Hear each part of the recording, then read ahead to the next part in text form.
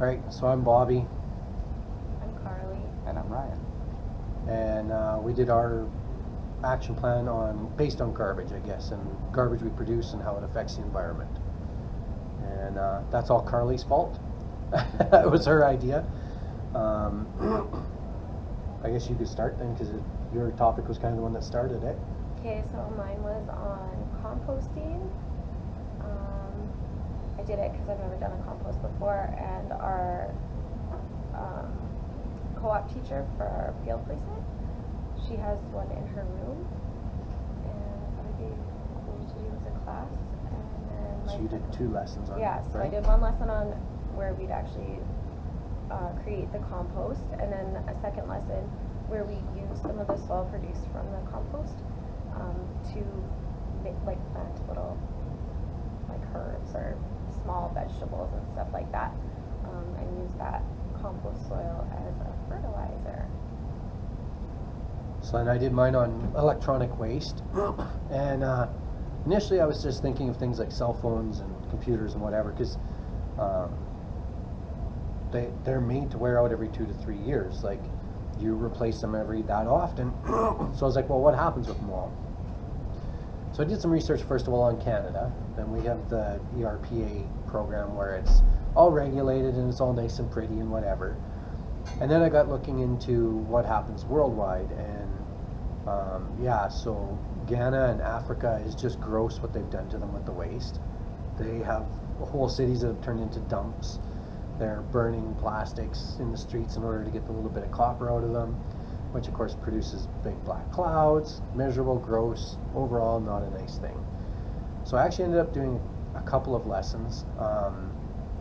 First of all, about what actually happens here in Canada and how we actually manage our stuff. Is it all nice and pretty the way they claim it is, or is it more messy and dirty the way that the US and Australia have admitted to? And then I have students do an actual research and then decide on some actions regarding their own electronic waste. What do they have at home?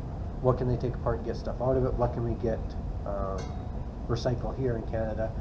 Where can we recycle it? Sarcan is an ERPA approved company, and so I would try and do a field trip there to hopefully to their SWEET program where they're actually taking apart electronics and saving what they can and discarding the rest. But yeah, so it actually ended up being a lot more information and versatile than I had expected going in. And then I did the lunchroom waste, and I thought it was interesting because there's a little bit of a prep that you'd have to do before you get into the lesson. You'd have to do your lesson after lunch, otherwise you're going to hold on to a hot bag of garbage all day. But It'd be gross. after lunch, collect all the garbage from what the students created after lunch, and then you can show them how much waste there was created, and then they'll realize how much of their things are actually packaged in plastic wrappers that won't be reused again.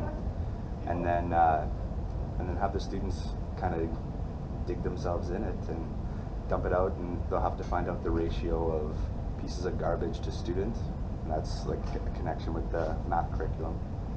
And then once you do that, the students are then to research how they can come up with ways that they can reduce the amount of waste they bring to lunch and kind of have a litterless lunch. Right.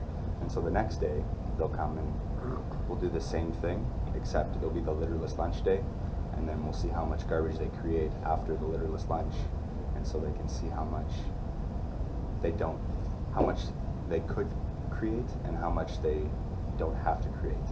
Right. So it becomes a need versus want issue. Yeah. So they'll think of ways like using more reusable containers, and Right. avoid using prepackaged foods and processed foods, which might not even be the healthiest. Yeah, yeah. So I guess overall we found there was more than enough to do a unit worth of lessons on.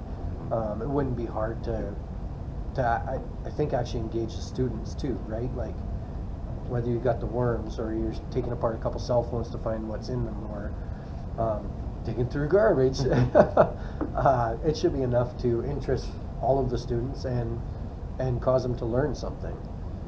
Hopefully create more Yeah, yeah, Yeah. and create more awareness of what they actually have for an effect on the environment, right? Like, Yeah, see how big their impact is Yeah. on the world around them.